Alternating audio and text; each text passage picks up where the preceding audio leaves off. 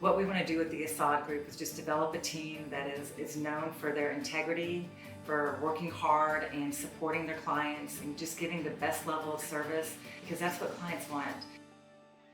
Hi, I'm Kim Assad with Compass Real Estate. I've lived in Texas since I was 11 years old, and we've lived in Grapevine since 2002. Grapevine is a great area to live in. We love the downtown area. It's like an old Western movie with log cabins. It's known as the Christmas capital of Texas, and we're really proud of our city. We love living here. Our kids grew up in the school district, Grapevine Colleyville ISD. We love their education and have been proud of just the relationships and friendships they've made in the community here. There's been all walks of life, from lots of stay-at-home moms to working parents that do a lot of volunteering for the schools.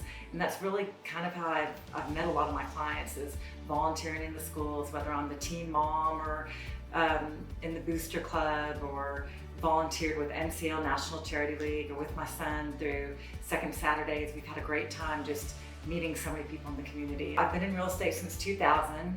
I'm actually a civil engineer by degree, married a civil engineer, and then I got my real estate license back in 2000 and just have loved it ever since, because I love working with people and just the relationship. Real estate is really a relationship business. It's about developing relationships, somebody that trusts you, and that we can help them accomplish their real estate goals. I was a broker on my own before, and I joined Compass because I just love the image and the support that I have with Compass. I mean, our ads look so professional, our listings look so desirable, and it just helps the client out because I can get their homes sold faster. But I have the Assad Group under Compass. I've grown that with 2 agents initially that have been great agents, and then now my family's even joined. So my husband, who joined Compass about a year ago, and then now my son. You know, I just want to welcome your business, and if you have any real estate needs, whether you're looking for a rental, a purchase, to sell your house, or an investment property, just call me.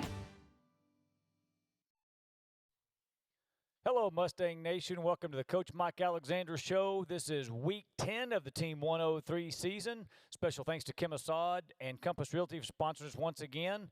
Alongside head coach of the Grapevine Mustangs, Mike Alexander, I'm Grapevine booster Matt Carnes, and we are coming to you live here tonight from Texas Gun Experience. We've got a house full of Mustangs. Let's hear it from them.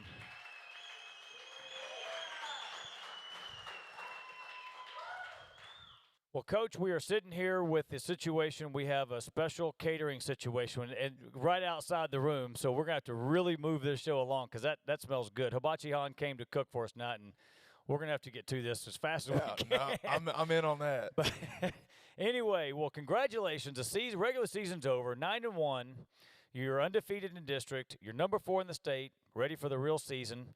Before we get into all that, let's talk about that last game last week. It was kind of a chaotic mess, as they say, when you're trying to move a high school football game. And I want to hear all about what it takes to call somebody and say, hey, let's play at a different time on a different day.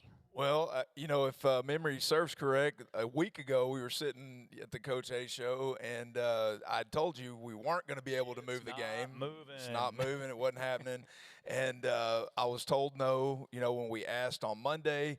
Tuesday morning, I'm walking out to the practice field. It's 7 a.m., and I decided, you know what, we've got to make this happen, because the weather just kept getting worse and worse, the forecast.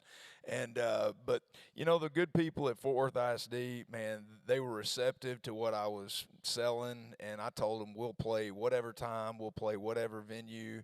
If there's any way we could move this game, and they were able to do it, and we had to get some approval for from the UIL and different things to get it done. But by, I guess it was about 1 o'clock on Tuesday, everything was done, all the arrangements were made, and so many people did, a lot of good work to help make that happen. So when I got the post that the game was going to be at 5 o'clock on Thursday instead of the normal 7 o'clock on Friday, I'm just sitting there wondering, how do you get the refs? How do you get the stadium? How do you get all those things working that you have to have set up?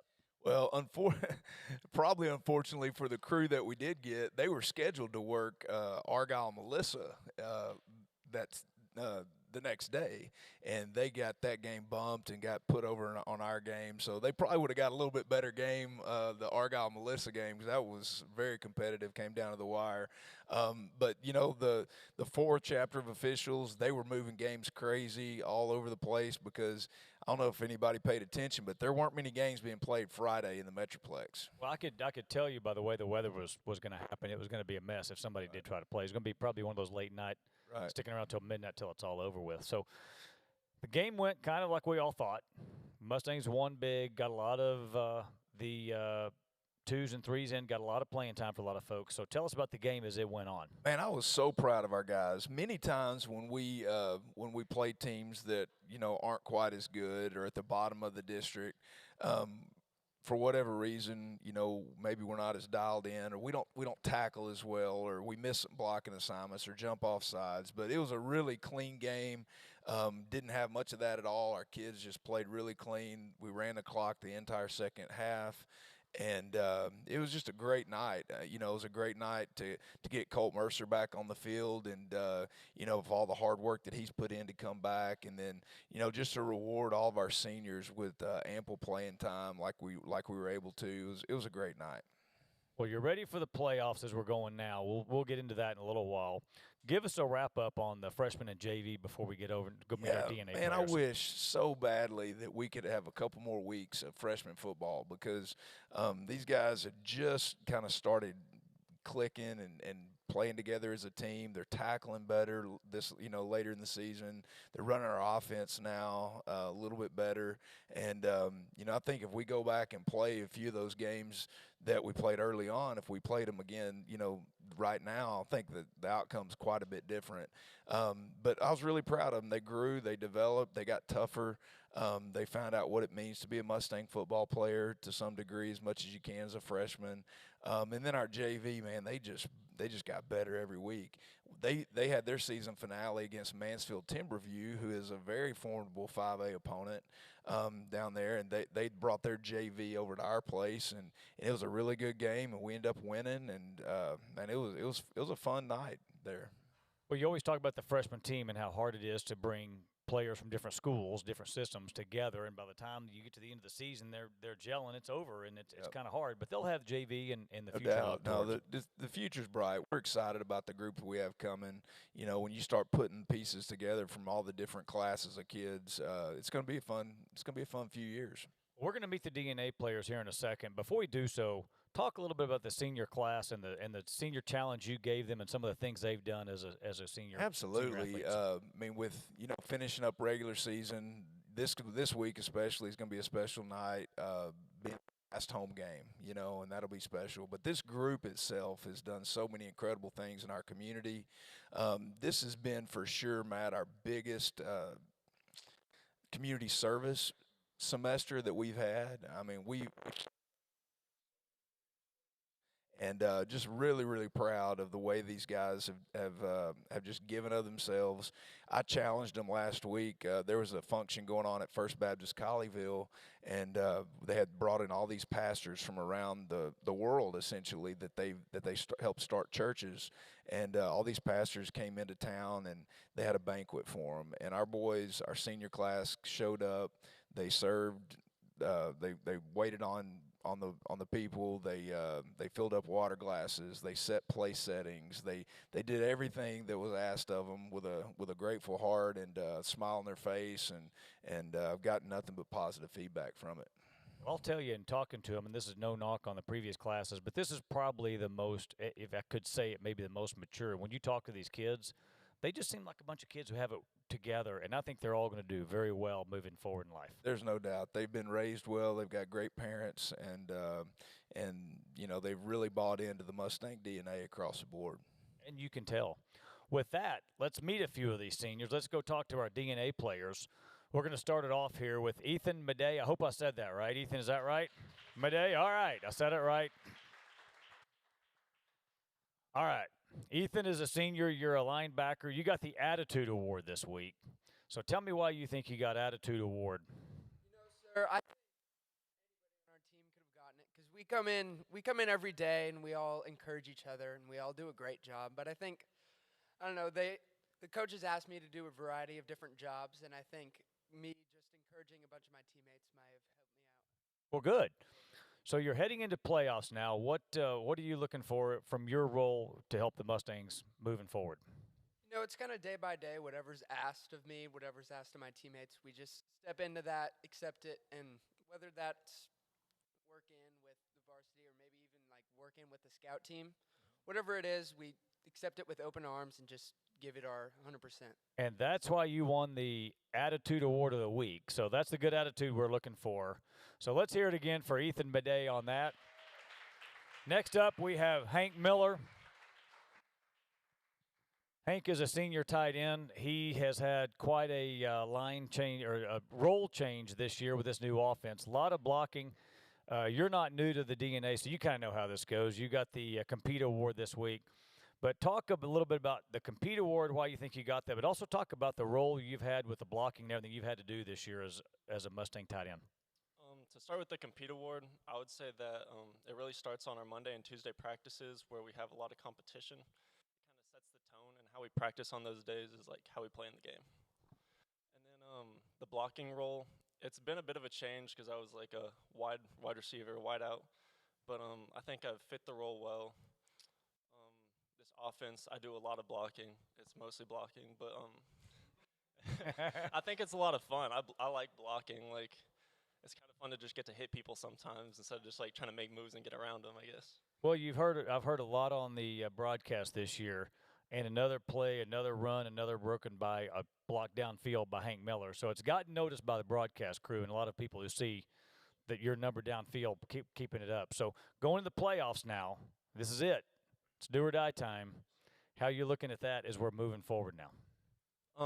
Just kind of taking it day by day. Like, you never know which one is going to be the last. So just make the most of like all the practices and all the games that we can get. Leave nothing behind, as they say, right? So. All right, next up we're going to have, let's hear it again for Hank Miller. Next up, hold on, hold on, you're last. Sorry, you're last. Next up, we're bringing Cameron McCauley. I'm saving you for last on purpose. We're going to have Cameron McCauley next.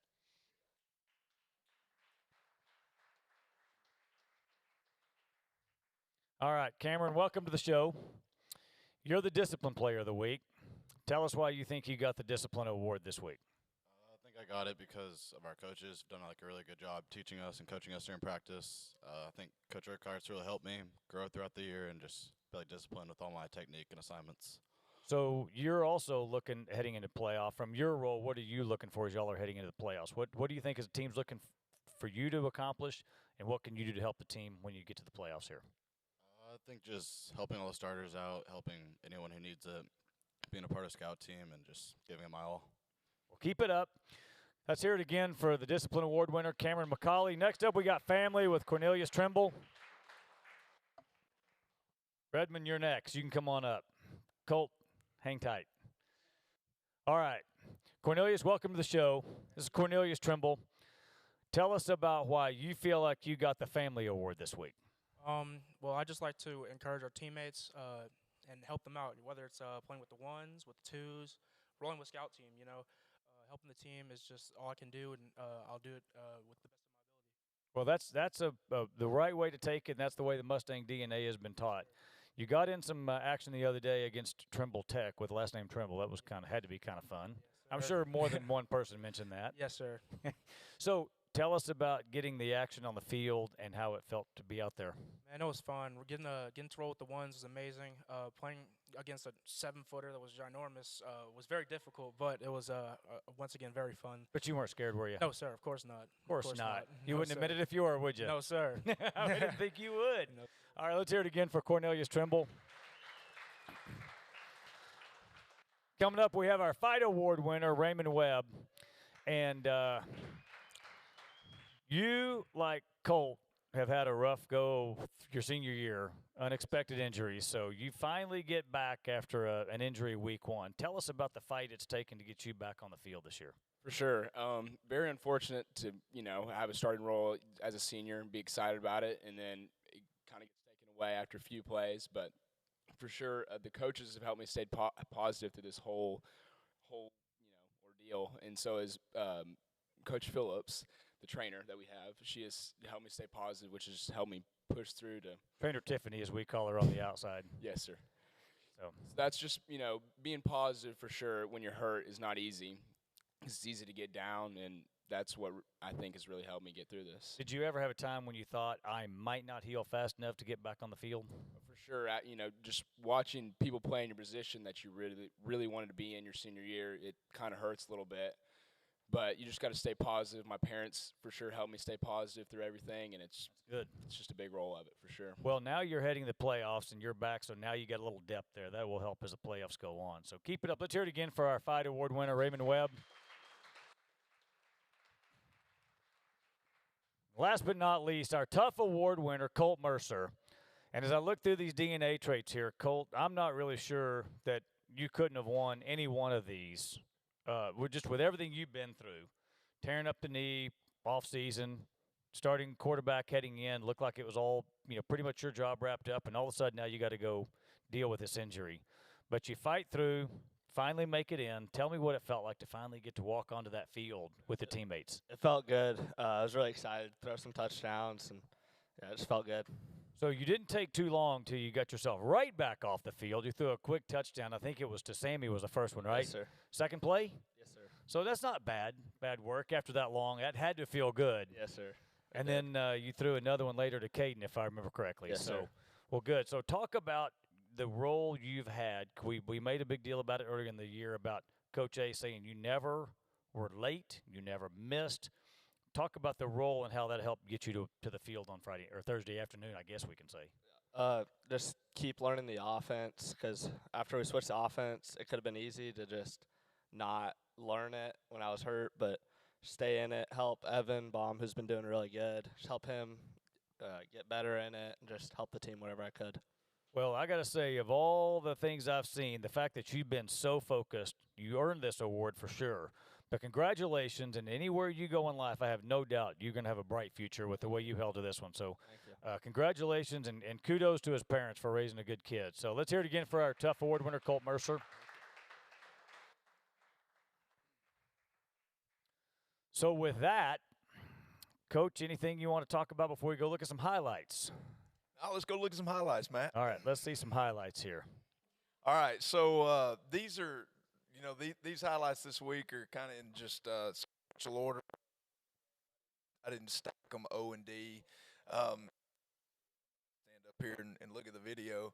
Well, first off, this was the first series of the game. We get started off. We're just going to run offensive line. You can tell just mowing people down, coming off the ball well. Parker puts his foot in the ground, makes a couple guys miss, and, off to the races. I'm pretty sure that was the first play of the game. Here's the end zone view of it. This is a picture of, I'll tell you one thing we were just talking about Hank. There's a lot to this right here. We ask Hank to do a lot of things, and this is one of those situations where Hank's got to make a decision, just right at the spur of the moment. His job's to secure the backside. The guy, in his opinion, gets up the field too much, can't make the play, so Hank naturally just turns on up and then runs up there and works, looks to find more work. And that's just what all of our guys have done this throughout learning this offense. They've just learned to be flexible and always find work, and really, really proud of the job all these offensive linemen and tight ends are doing.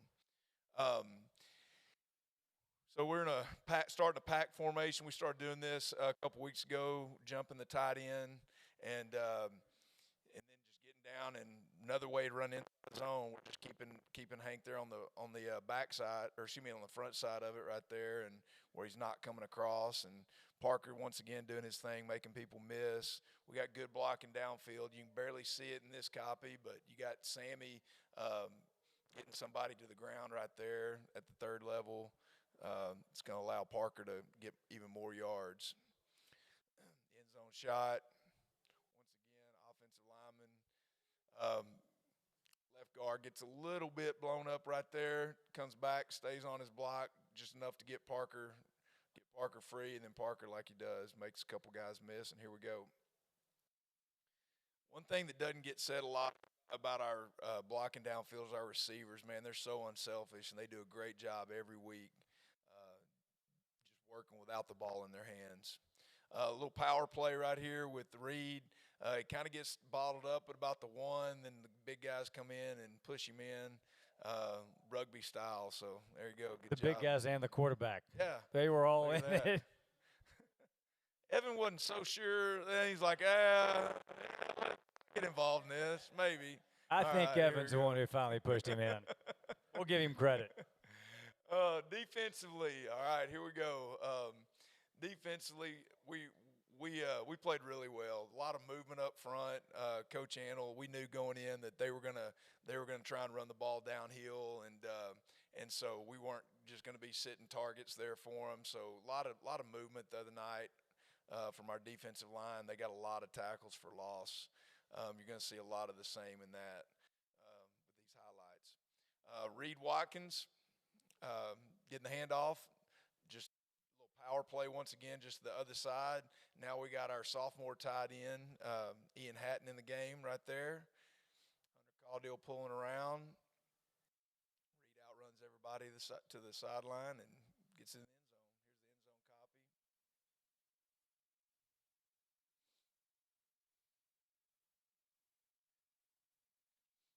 This kind of stuff our tight ends love doing, getting on these down blocks and wearing people out and getting physical. Defensively, here we go again. Once again, you're going to see defensive line movement up front, little slant right here. Big tie, getting free at the nose guard position.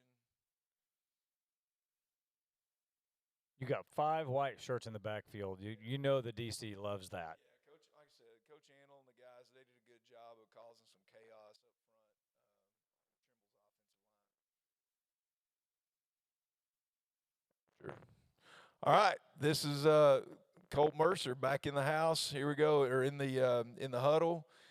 This is second play, little play action going up top to Sammy Kelly for a big score. Couldn't have thrown a better ball. He was in rhythm.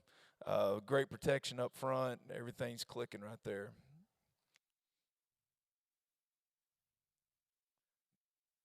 That had to feel so good after all those games he's had to watch. Man, there's no doubt. Big old hugs on the sideline. We were so excited. Once again, defensively, here we go. We got Tristan Sneed with a little D-line movement. Takes on the fullback, so Tyler Mears doesn't have to on a little ISO play, and then Tyler and Latham clean it up.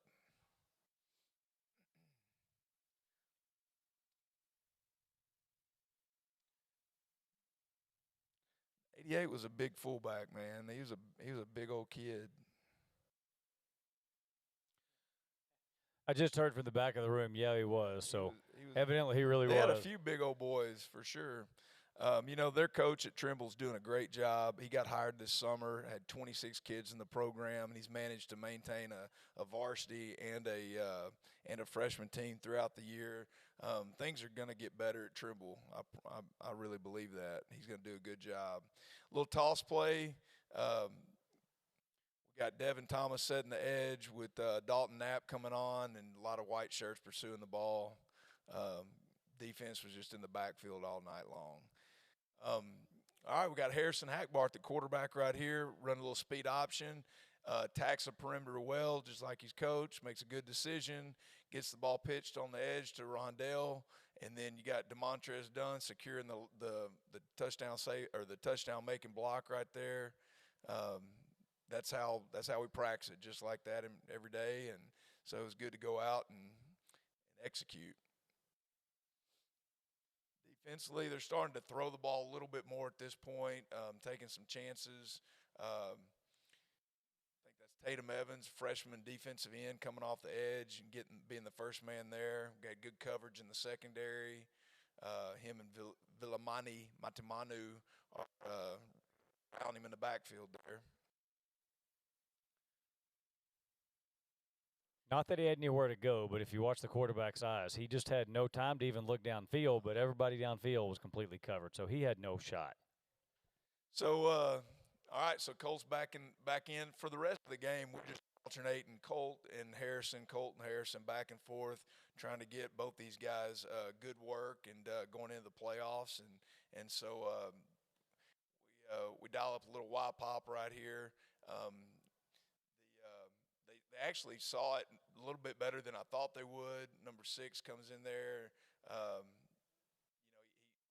got it. We get him at the line of scrimmage, but he recovers pretty well. Then Hank's able to make a catch and make a move and get about 10 extra yards here after catch.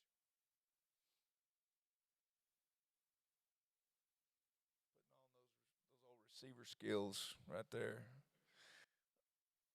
And then finishing out the drive, we're going to throw a little quick game. Just vertical ball to Caden Cook in the corner of the end zone. Caden does a good job of toe tapping right there at the end. I think you can see it a little bit better on this end zone copy here. Throwing in rhythm, good ball, good catch. Everything was clicking on offense at this point. All right, this is Redmond Webb's pick. So they run a little two-receiver route combination, a little vertical. Quarterback underthrows the ball. Redmond steps in front.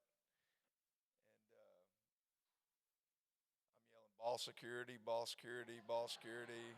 Every time these DBs touch the ball, it scares me to death, man. I'm just so afraid. Somebody's going to poke it out. But great job, Redmond. We'll let you see the end zone copy, Red. Here you go. Steps in front. Red's a ball hawk now. Red's very good in zone coverage, has great zone eyes, sees the ball, anticipates things well. We're excited to have him back going into playoffs. I've got Victor De La Cruz in the backfield, I believe. Yep, with DeMontrez Dunn. Colts in. We're trying to take a shot right here. They cover it pretty well. We got Y-Pop again with our sophomore tight end, Ian. They cover it well, and then Colt, like a veteran quarterback, understands where his check down is, doesn't force the issue. And then right here in the back end of this play, you're going to see this block come in here. This is Ridge Binker, another senior, springing DeMontrez for about 20 more yards. So just a bunch of guys playing for each other right here. A lot of seniors are on the field and just doing a good job. Good pass pro by Vic, coming off his mesh, giving Colt time.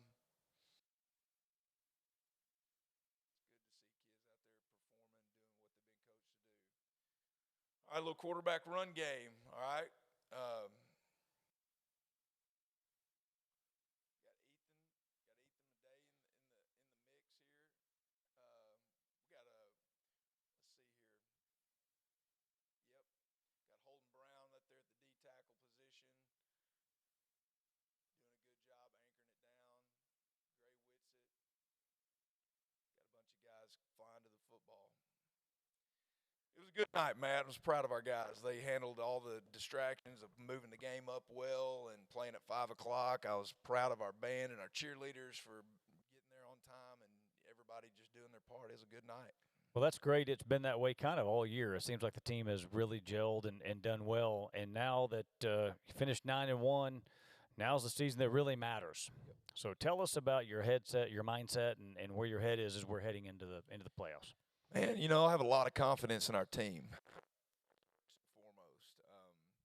Foremost, I know that the preparation these guys, put in, not just this week, but the work that's been done, the previous 10 weeks and what we've done in the summer and what we did in off season last year, and so that's what gives me confidence. It's not necessarily in individual talent as much as it is just knowing how much our guys have invested and knowing that we had really good, hard practices all the way back in August and September and October that are going to pay dividends this Thursday night. Not just what today at practice and tomorrow morning at practice, but it's a culmination of stacking good days on top of good days that gives me the confidence. Well, that's the team you get now to take into the Thursday night game. 7 o'clock Mustang Panther, by the way. Lake Dallas, the Falcons is the draw. That's week 1. They seem like a very balanced team. We talked a little bit before the show. They run well. They pass well. talk about the Lake Dallas Yeah, Falcons. just a little bit about Lake Dallas. It's a tough four seed. Honestly, I think if they don't turn the ball over a ton of times in their 3 district losses, they're probably a 2 seed. It's hard to win football games when you're turning the ball over, and they went on a little streak versus Argyle, Emerson, and Independence, where I think they turned the ball over 14 or 15 times in those 3 games, and that cost them. And then both Emerson and Independence, the game came down to the last play of the game, and so you take away those turnovers, a very different ball game. So I think they're a very dangerous team. We need to play well. We need to have another good day of practice tomorrow. But with all that said, I have tons of confidence in our guys, and I believe that we put the work in. Now we got to go do it, though, on Thursday. That'll be Thursday night, 7 o'clock, Mustang Panther Stadium for those of you coming to the ball game. Of course, it'll be on Tradio, YouTube, and all that. Next up, winner of this game, we'll get the winner of Abilene Cooper and El Paso Andrews, so we'll hopefully be talking about one of those 2 teams next week. I'm sure we will be. Talk about Breakfast of Champion this week, 7 o'clock Friday morning in the field house. Talk about our speaker this week. Yeah, so I reached out to the men's minister at Compass, guy I've gotten to know a little bit, Rich Green, and asked him to step in and lead our breakfast.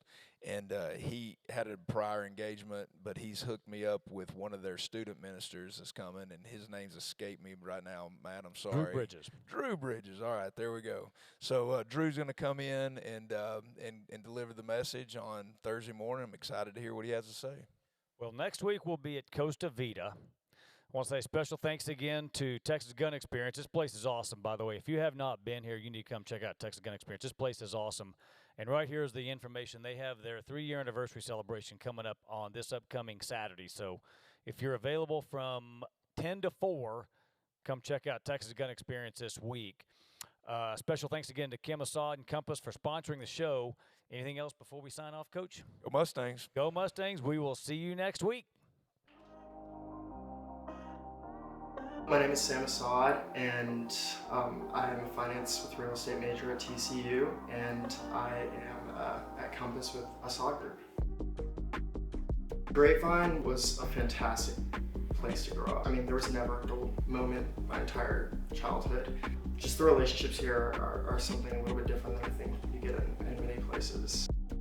So I've been in real estate since 2001, actually, when I was born, obviously, with my mom. Well, growing up, I just learned so much. I just felt like it was just a great place for me to be, especially in Texas. I mean, the market's doing fantastic. It looks like it will continue to be for a very long time.